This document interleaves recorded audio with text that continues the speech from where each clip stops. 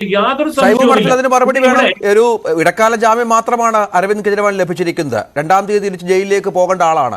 കോടതി ഇതുമായി ബന്ധപ്പെട്ട് വ്യക്തമായ ചില പരാമർശങ്ങൾ ഈ ജാമ്യവ്യവസ്ഥയിലുണ്ട്. അതായത് സെക്രട്ടേറിയറ്റിലേക്ക് കയറാൻ പറ്റില്ല, മുഖ്യമന്ത്രി ഓഫീസിലേക്ക് പോകാൻ പറ്റില്ല, ഒപ്പം ഈ കേസുമായി ബന്ധപ്പെട്ട് യാതൊരു സംസാരവും പാടില്ല, തെരഞ്ഞെടുപ്പ് പ്രചരണരംഗത്ത് മാത്രം പങ്കെടുക്കാം എന്നാണ്. അപ്പോൾ ഈ കേസിന്റെ മെറിറ്റിലേക്ക് കടക്കാതെയുള്ളൊരു വിധി അതിനെ ഇത്ര വലിയ ആഘോഷമാക്കേണ്ടതുണ്ടോ? ആ കേസ് അതുപോലെ അവിടെ കിടക്കുകയാണ്. ആ പ്രശ്നങ്ങൾ അവിടെ ഉണ്ട് ആം ആദ്മി പാർട്ടിക്കും കെജ്രിവാളിനും. അല്ല, അത് മാത്രമല്ല രഞ്ജിത്ത്, നമ്മുടെ ബി ജെ പിയുടെ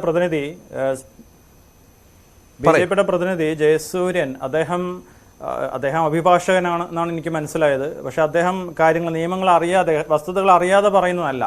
ബി ജെ പിക്ക് ഉണ്ടായ വലിയൊരു ജാള്യത, ആ ജാള്യത മറച്ചു വയ്ക്കാനാണ് അദ്ദേഹം ഇപ്പോൾ ഇങ്ങനെയുള്ള കാര്യങ്ങൾ പറയുന്നത്. അതായത് അരവിന്ദ് കെജ്രിവാളിനെ അവർ ഭയപ്പെട്ടു. അരവിന്ദ് കെജ്രിവാളിനെ കൊടുക്കാൻ പല വഴികൾ കഴിഞ്ഞ 2 വർഷമായിട്ട് ആലോചിക്കുന്നു. അതിലിങ്ങനൊരു കേസ് വരുന്നു. ഇതിലേറ്റവും പ്രധാനപ്പെട്ട ഒരു കാര്യം, അഴിമതി കേസ് എന്നാണല്ലോ ഇവർ ആവർത്തിച്ച് പറയുന്നത്.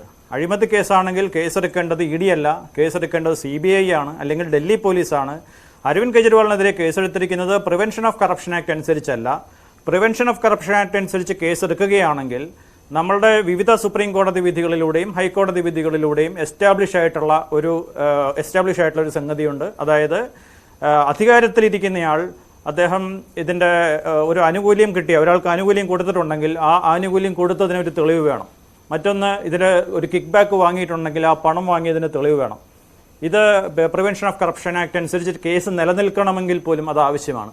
അതേസമയം അരവിന്ദ് കെജ്രിവാളിനെതിരെ കേസെടുത്തത് PMLA ആക്ട് അനുസരിച്ചാണ്, കള്ളപ്പണ നിരോധന നിയമം അനുസരിച്ചാണ്.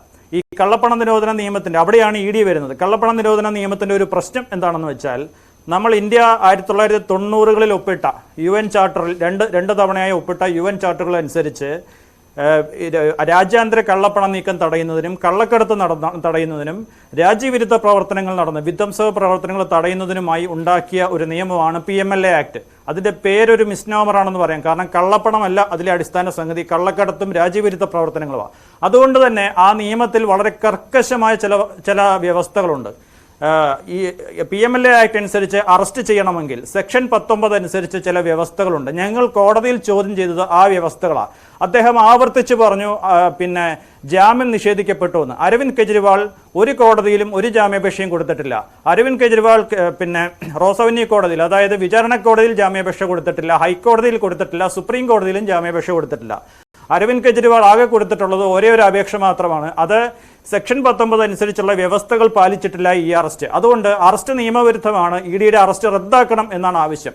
ആ ആവശ്യത്തിന്മേൽ കോടതിയിൽ വാദം നടന്നു വരികയായിരുന്നു. അപ്പം ഞാനത് സൂചിപ്പിക്കാൻ കാരണം, സെക്ഷൻ 19 അങ്ങനെ ഒരു സെക്ഷൻ വരാൻ കാരണം, നമുക്കിപ്പോൾ CRPC അനുസരിച്ച് അറസ്റ്റ് ചെയ്യുന്നതിന് ഇങ്ങനൊരു വ്യവസ്ഥയില്ല. മറ്റ് ഇന്ത്യയിൽ വേറെ പല നിയമങ്ങളുണ്ട്. ആ നിയമങ്ങൾക്കൊന്നും ഇങ്ങനൊരു വ്യവസ്ഥ ബാധകമല്ല. ഇങ്ങനൊരു വ്യവസ്ഥ PMLA ആക്ടിൽ ഉണ്ടാവാൻ കാരണം, PMLA ആക്ട് അനുസരിച്ച് അറസ്റ്റ് ചെയ്യപ്പെട്ടാൽ പിന്നെ ആ വ്യക്തിക്ക് ഒരു കാരണവശാലും ജാമ്യം കിട്ടില്ല. സെക്ഷൻ 45 അനുസരിച്ച് ഒരു കാരണവശാലും ജാമ്യം കൊടുക്കാൻ പറ്റില്ല. നേരത്തെ തന്നെ നോൺ ബെയിലബിൾ ആണ് എല്ലാ സെക്ഷൻസും എന്ന് ആ വകുപ്പിൽ പറഞ്ഞിട്ടുണ്ട്. 2019 കൊണ്ടുവന്ന ഒരു ഭേദഗതി പ്രകാരം ഒരു പാരഗ്രാഫ്, എക്സ്പ്ലനേഷൻ എന്ന് പറഞ്ഞൊരു പാരഗ്രാഫ് ആഡ് ചെയ്തു. ആ പാരഗ്രാഫിനനുസരിച്ച് ഒരു ജഡ്ജിക്കും ഒരു കോടതിക്കും ജാമ്യം കൊടുക്കാൻ പറ്റില്ല. അപ്പോൾ അങ്ങനെ ഒരു ആക്ട് ഒരാളെ അറസ്റ്റ് ചെയ്യുമ്പോൾ അതുകൊണ്ട് തന്നെ ഈ ആക്ട് അനുസരിച്ച് അറസ്റ്റ് ചെയ്യാൻ ന്യായമാണ് എന്ന് ബോധിപ്പിക്കുന്ന തരത്തിൽ കുറേ കണ്ടീഷൻസ് ഉണ്ട് സെക്ഷൻ 19. ആ കണ്ടീഷൻസ് ഒന്നും പാലിക്കാതെയാണ് അദ്ദേഹത്തെ അറസ്റ്റ് ചെയ്തത്.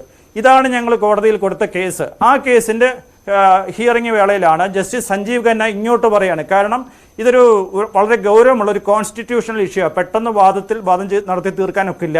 സുപ്രീം കോടതി അടുത്തയാഴ്ച അവധിയിലേക്ക് പോകണം, നമുക്ക് എല്ലാവർക്കും അറിയാം. ശരി. അപ്പം അങ്ങനെ ഒരു സാഹചര്യത്തിൽ ഇതിൽ ഇന്ററിം ബെയിൽ പരിഗണിക്കാമെന്ന് സുപ്രീം കോടതി ജസ്റ്റിസ് സഞ്ജീവ് ഖന്ന തന്നെ നിർദ്ദേശിച്ചതാണ്. അപ്പം ഇതാണ് ഏറ്റവും പ്രധാനപ്പെട്ട ഒരു കാര്യം. അരവിന്ദ് കെജ്രിവാളിനെതിരെ എടുത്തിരിക്കുന്ന അഴിമതി കേസല്ല, PMLA ആക്ട് അനുസരിച്ച് അദ്ദേഹത്തിന് എങ്ങനെ കൊടുക്കാമെന്ന് ഗൂഢാലോചന നടത്തി.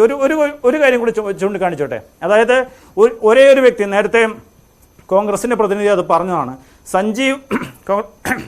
ശരത്ചന്ദ്ര റെഡ്ഡി എന്ന ഒരു ഫാർമ കമ്പനിയുടെ മുതലാളി, അദ്ദേഹത്തെ ഈ കേസിൽ ആദ്യം പ്രതിയായിരുന്നു. അദ്ദേഹത്തെ അറസ്റ്റ് ചെയ്തു.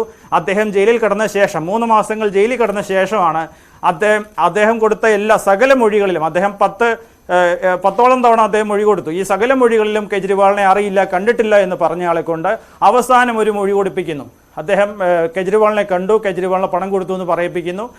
അങ്ങനെ അദ്ദേഹത്തെ മാപ്പ് സാക്ഷിയാക്കുന്നു. അദ്ദേഹത്തിന്റെ കമ്പനി 60 കോടി രൂപയാണ്, 59.5 കോടി രൂപയാണ് അദ്ദേഹത്തിന്റെ കമ്പനി പിന്നെ ഇലക്ട്രൽ ബോണ്ടുകളായിട്ട് BJPക്ക് കൊടുത്തത്.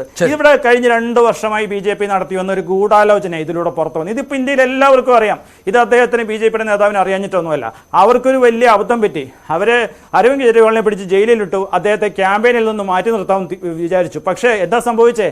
ക്യാമ്പയിൻ പകുതി വഴിയിലായപ്പോൾ ഇലക്ഷന്റെ 4ാം ഘട്ടം വരുമ്പോൾ കോടതി അദ്ദേഹത്തെ തുറന്നുവിടുകയാണ് ചെയ്ത്. BJP വലിയ ജാള്യതയിലായിരിക്കുക. BJP ഒട്ടും പ്രതീക്ഷിച്ചില്ല ഇങ്ങനത്തെ ഒരു സാഹചര്യം. കെജ്രിവാൾ അങ്ങനെ കോടി രൂപയുടെ അഴിമതി അരവിന്ദ് കെജ്രിവാൾ നടത്തി എന്ന് പറഞ്ഞതും ആ പണം കോൺഗ്രസിനെ നശിപ്പിക്കാനാണ്